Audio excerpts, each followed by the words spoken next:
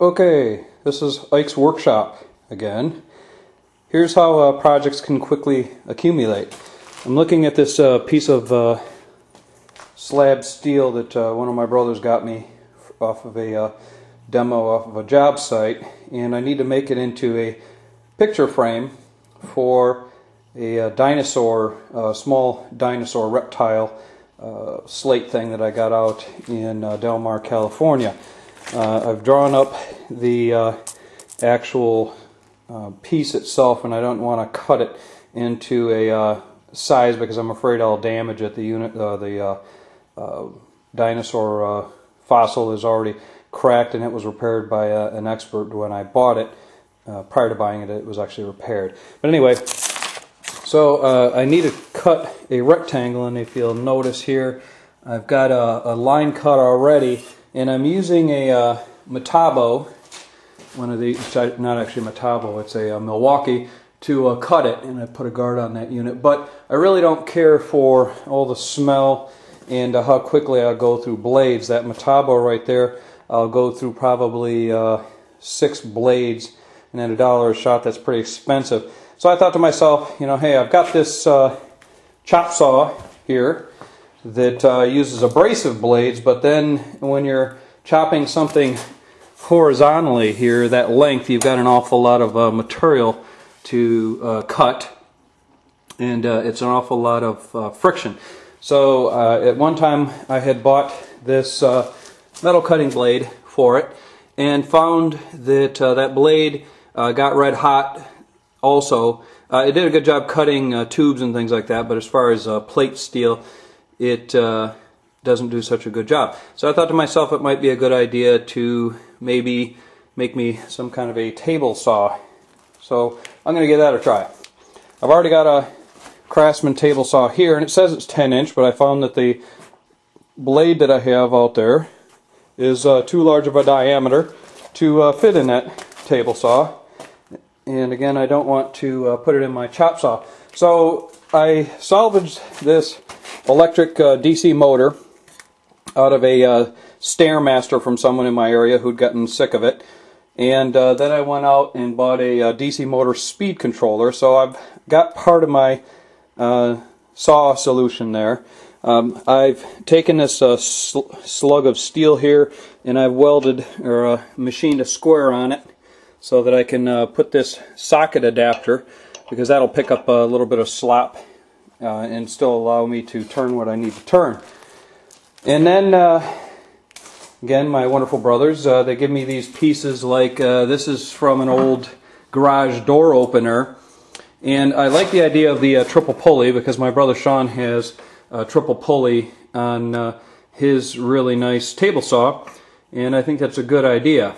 I could go with a chain drive, but I think you need a little bit of slippage in there for something like this so that you don't burn the motor up. It allows it to slip just a tad.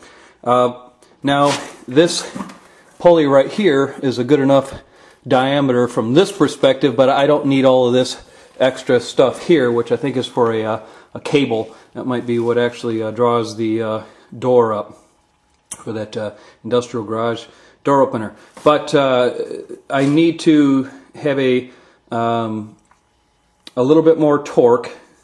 So in order to get more torque, I'm going to take and make a pulley, because I don't have one and I don't feel like buying one. I always like these journeys of making things. And I'm going to make a pulley of a larger diameter than this to be able to, one, cut down the speed, which again I know I can do that through the potentiometer on the DC motor speed controller.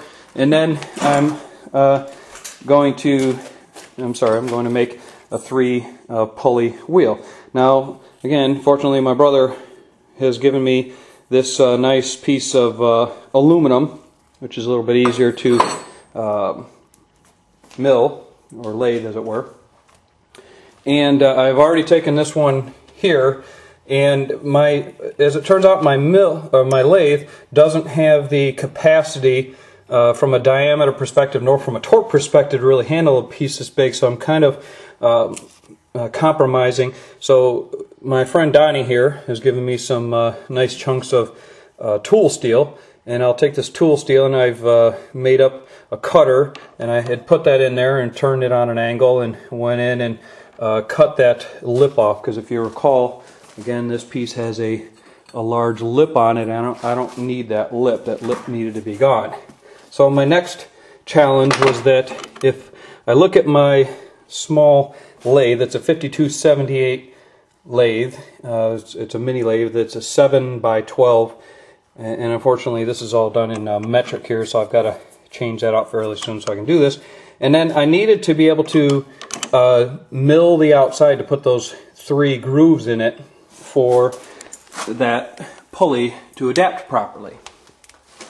So in order to be able to do that, because my lathe, as you can tell, it's gone back as far as it'll go, and I can't get a piece in there to go across. So what I did was I took some big chunks of steel and I manufactured this holder, and that holder will go in there like this, as you can see.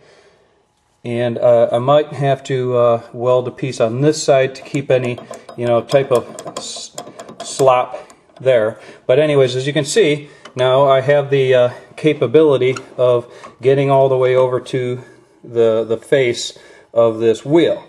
And I'll do a little more taping down the road as it goes, but I'm going to have to take these drill and tap holes and put some 1/4-28. I like fine threads, and make a piece up. It's of the right bevel for each pulley, so I've got to bevel this way, I have to bevel this way, and then I've got a flat there in the center, and this piece I think will work out fine. I'll see you next time. Today is November 26th, I believe, because it's the Sunday after Thanksgiving, 2007. Could be wrong about the date, but I'm close enough. Bye.